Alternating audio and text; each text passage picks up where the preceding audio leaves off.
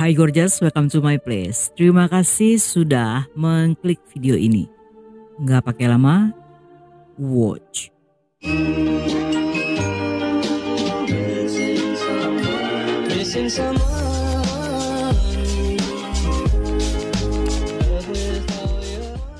Sejak 2 bulan yang lalu, saya selalu rekomendasikan channel Mabar Kriminal.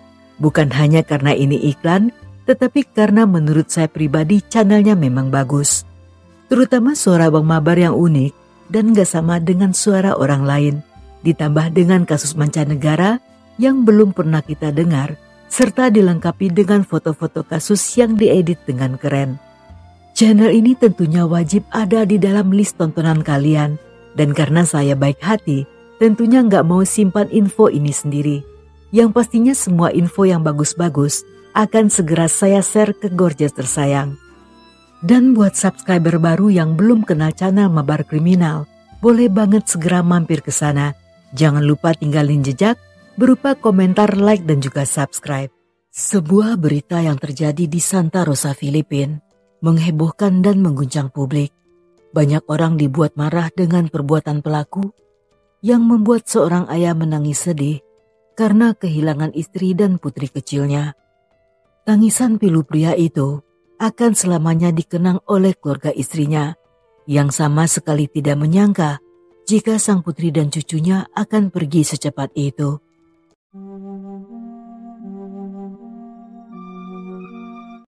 Helen merupakan anak ke-7 dari 8 bersaudara yang berasal dari keluarga sederhana di Santa Rosa, Filipina. Selain terkenal pintar, dia juga dikenal imut dan cantik, yang membuat banyak pria terpikat. Di tahun pertama kuliah keperawatan, dia bertemu dengan seorang pria bernama Ricardo yang merupakan salah satu siswa di kampus yang sama. Walaupun keluarganya menyebut Helen sebagai sosok yang sulit dipahami, namun saat Ricardo meramar dan meminta restu, keluarganya menyambut keinginan tersebut dengan sangat hangat. Mereka pun menikah pada 2 Maret 2013 yang diadakan dalam sebuah pesta meriah serta dihadiri banyak keluarga dan kenalan. Di sana Ricardo tampak sangat tampan dengan senyuman manis yang tak pernah pudar. Setelah menikah, kehidupan mereka terasa sangat indah. Saat itu, mereka tinggal di area Selena Plain Subdivisi yang berada di Santa Rosa Laguna. Sebagai seorang suami, Ricardo selalu berusaha dan mendukung kemauan istrinya, termasuk mensupport Helen untuk menyelesaikan pendidikan. Dan setahun kemudian, pasangan ini semakin terasa lengkap dengan kehadiran seorang putra yang diberi nama Denzel. Namun setelah kelahiran sang putra, suaminya meminta Helen untuk menjadi ibu rumah tangga penuh. Dan Ricardo lah yang saat itu akan bekerja keras untuk memenuhi semua kebutuhan keluarga mereka. Bahkan di waktu luang, pria itu juga berusaha untuk mencari penghasilan tambahan. Pada 2 Maret 2016, yang bertepatan dengan perayaan hari pernikahan ketiga, saat itu Ricardo memutuskan untuk tidak merayakannya seperti tahun-tahun sebelumnya. Dia mengatakan di hari itu sangat sibuk bekerja dan harus segera menyelesaikan beberapa pekerjaan yang belum diselesaikan. Dan di siang hari sebelum berangkat bekerja, dia pun berpesan pada Helen bahwa di siang harinya akan datang 2 orang teknisi untuk memperbaiki internet di rumah mereka yang sejak beberapa hari sebelumnya sedang bermasalah. Saat itu dia juga mengatakan agar sang istri berhati-hati dan selalu memperhatikan pekerjaan para teknisi tersebut.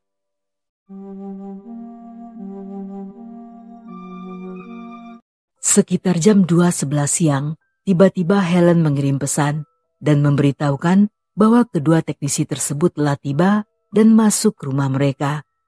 Sambil mengikuti instruksi sang suami, Helen pun memotret KTP serta ID card para pekerja itu, yang salah satunya diketahui bernama David. Untuk berjaga-jaga, Helen pun mengirimkan foto tersebut pada sang suami serta pada abang Helen yang bernama James. 5 menit kemudian, Helen melihat keanehan sikap dari kedua pria itu, sehingga dia kembali mengirim pesan pada abang serta suaminya dan mengatakan jika terjadi sesuatu yang buruk, maka mereka harus mencari kedua pria itu. Dan sesaat setelah pesan tersebut terkirim, Secara mendadak keduanya menyerang dan membawa Helen ke dalam kamar mandi. Yang di sana mereka memperkaos wanita itu hingga tidak sadarkan diri. Di saat bersamaan, sang putra Denzel yang sedang berada di dekat sana seketika menangis saat tidak menemukan ibunya. Karena merasa kesal, salah satu dari pria tersebut memukul kepala bocah itu dengan menggunakan palu. Dan setelah melihat Denzel yang tidak bergerak, mereka pun mulai mengambil barang-barang berharga di rumah tersebut dan setelahnya kabur dari sana. Ricardo yang tidak bisa menghubungi istrinya saat itu mencoba menghubungi Helen. Dia meminta sang mertua untuk segera datang ke rumahnya dan memastikan apakah Helen baik-baik saja. Karena sang mertua tinggal tidak jauh dari sana, sehingga dengan cepat dia mendatangi rumah sang putri. Yang setibanya di sana, dia merasa heran ketika melihat pintu gerbang dalam keadaan terbuka, namun pintu rumah serta jendela dalam kondisi tertutup rapat. Karena hal ini sangat aneh, dia pun mengetuk pintu sambil berkali-kali memanggil Helen. Dan setelah menunggu cukup lama, wanita itu pun berusaha membuka pintu yang ternyata tidak dikunci. Dan seketika dia sangat syok saat melihat Denzel yang pingsan dengan noda merah di sekitar kepalanya. Setelah memastikan Denzel masih hidup, dengan cepat dia mencari sang putri yang ditemukan di dalam kamar mandi dengan kondisi tubuh polos dan babak belur. Kedua tangan serta kakinya terikat dan banyak cairan merah yang mengalir dari kepalanya. Tidak sanggup melihat pemandangan itu, dia pun segera berlari keluar rumah sambil berteriak meminta bantuan dari warga sekitar yang segera membawa Helen dan Denzel ke rumah sakit terdekat. Namun sayangnya setelah dirawat kurang dari 24 jam, keesokan paginya Denzel dinyatakan meninggal, sedangkan Helen masih dalam keadaan koma dan didiagnosis mengalami mati otak.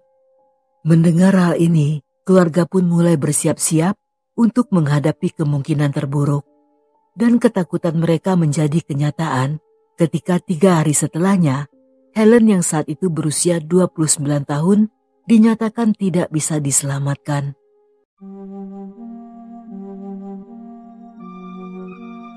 Ketika Helen akan dibawa ke rumah sakit, di saat bersamaan polisi yang dihubungi oleh warga saat itu tiba dalam waktu cepat. Mereka mulai melakukan pemeriksaan di seluruh rumah dan menanyai para warga sekitar, hingga akhirnya James datang dan memberitahukan tentang percakapannya dengan Helen di siang itu. Dia juga menyerahkan foto identitas petugas wifi yang sebelumnya sempat diambil oleh Helen. Berdasarkan informasi tersebut, dengan menggunakan media, polisi pun merilis foto tersebut. Pria itu diketahui bernama Christopher, yang merupakan seorang insinyur operasi lapangan di Globe Telkom Manila. Dengan cepat foto tersebut menyebar di mana-mana, dan identitas Christopher diketahui oleh banyak orang. Dan selang sehari setelahnya, dengan ditemani seorang pengacara, pria itu pun mendatangi kantor polisi untuk membuat laporan kehilangan. Menurutnya seseorang telah mencuri foto dan ID card tersebut dari akun Facebooknya, dan saat itu Christopher memutuskan menemui polisi untuk membersihkan namanya. Selain itu, Christopher juga menunjukkan bukti kuat bahwa di saat kejadian berlangsung, dia sedang berada di lokasi kerja di San Andres dan Paco, Manila. Dan semua alibinya terbukti benar karena kehadirannya di lokasi kerja tercatat dalam daftar hadir pegawai yang juga ditandatangani oleh para supervisor. Selain itu, selama berada di sana, Christopher terekam dalam CCTV. Dan dalam penyidikan lanjutan, perusahaan Globe Internet menyatakan jika pelaku tersebut bukanlah pegawainya. Dengan adanya bukti-bukti tersebut, polisi pun mencoret namanya dari daftar tersangka, serta merilis berita baru yang menyatakan bahwa tersangka sebenarnya saat itu masih berkeliaran di luar sana.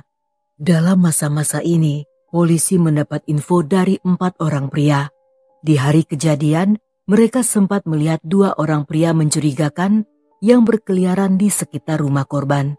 Saat itu keduanya memakai baju kaos, kacamata serta topi hitam dan membawa sebuah map berisi dokumen.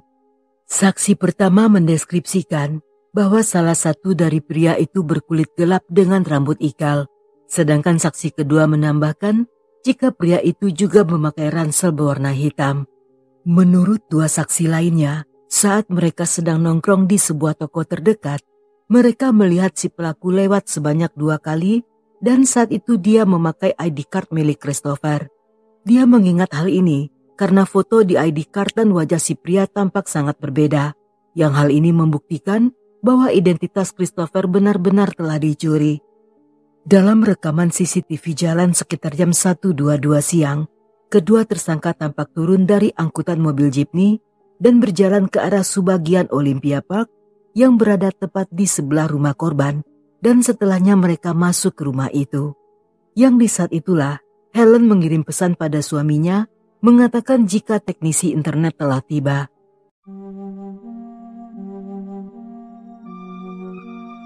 Berdasarkan hasil otopsi, forensik menyatakan jika selain diperkaos, pada tubuh serta kepala Helen ditemukan sebanyak 25 luka memar akibat dari pukulan benda tumpul. Sedangkan Denzel sendiri mengalami luka fatal di bagian belakang kepala. Dan setelah kepergian istri serta putranya, Ricardo yang tampak berduka dalam setiap wawancara berkali-kali menyatakan tentang rasa sakit yang dialaminya. Sangat sulit baginya untuk melanjutkan hidup tanpa kehadiran orang-orang yang dicintai. Dia bahkan meminta maaf pada Helen dan Denzel karena tidak bisa melindungi dan belum bisa mewujudkan keadilan bagi keduanya. Namun dia berjanji akan berjuang demi mendapatkan keadilan. Yang selama proses wawancara, Ricardo terus menutupi wajahnya sambil menahan tangis. Dia juga mengaku bahwa selama pelaku belum tertangkap, Ricardo merasa hidupnya selalu terancam. 6 hari setelah kejadian tersebut, kepala kejaksaan mendatangi rumah orang tua Helen dan meminta bantuan pada James. Saat itu polisi juga masih membuka kemungkinan tentang adanya pelaku lain, dan Ricardo juga dimintai keterangan karena ada beberapa pernyataannya yang menimbulkan kecurigaan. Selain itu dia juga memiliki akses terhadap jadwal dan nomor telepon perbaikan yang dikelola oleh Globe Internet, yang merupakan perusahaan pengelola internet yang mereka gunakan. Dalam keterangan awal dia mengaku bahwa saat kejadian sedang berada di daerah Binyan Laguna. Namun dalam wawancara di TV, dia mengatakan jika hari itu sedang berada di Quezon. Hal ini juga disadari oleh keluarga Helen, namun mereka meyakini jika sang menantu tidak mungkin terlibat dalam kasus tersebut.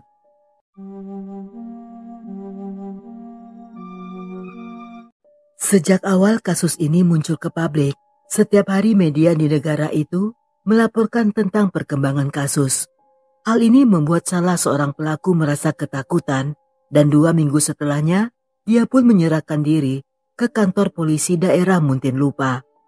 Sang pelaku yang bernama Ramon Chito merupakan seorang pengemudi becak berasal dari daerah Barangay, namun saat menyerahkan diri, penampilannya jauh berbeda dengan keterangan saksi serta rekaman CCTV.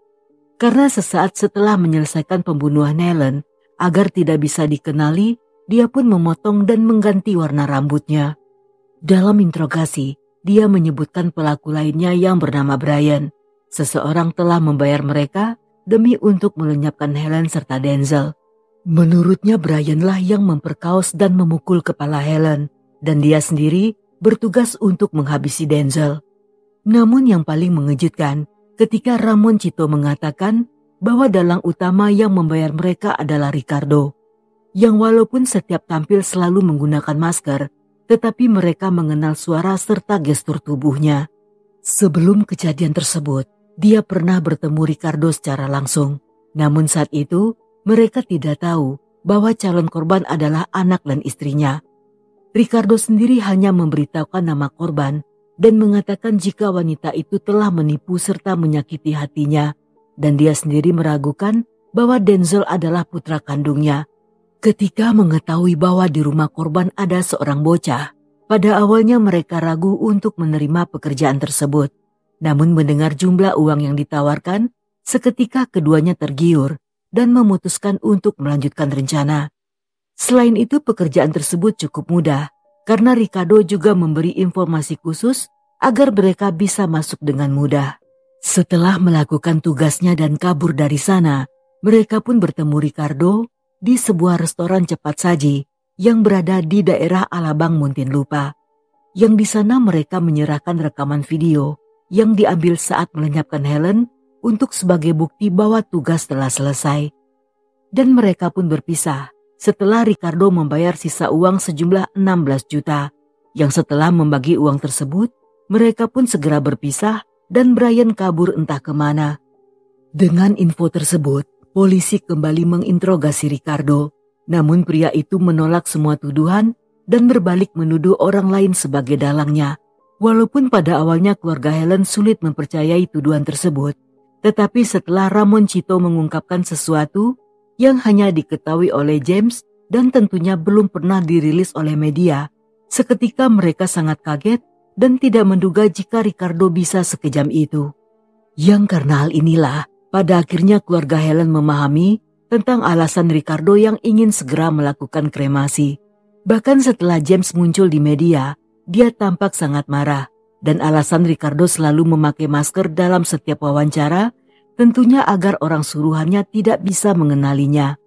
Mengingat bahwa setelah kejadian ponsel Helen telah berada di tangan Ricardo, keluarga pun merasa curiga bahwa pria itu telah menghilangkan barang bukti yang kemungkinan berada di ponsel tersebut. Namun karena kurangnya bukti, saat itu polisi belum bisa menangkapnya, tetapi mereka masih melakukan pencarian tentang adanya bukti-bukti lainnya, termasuk mencari di mana keberadaan Brian.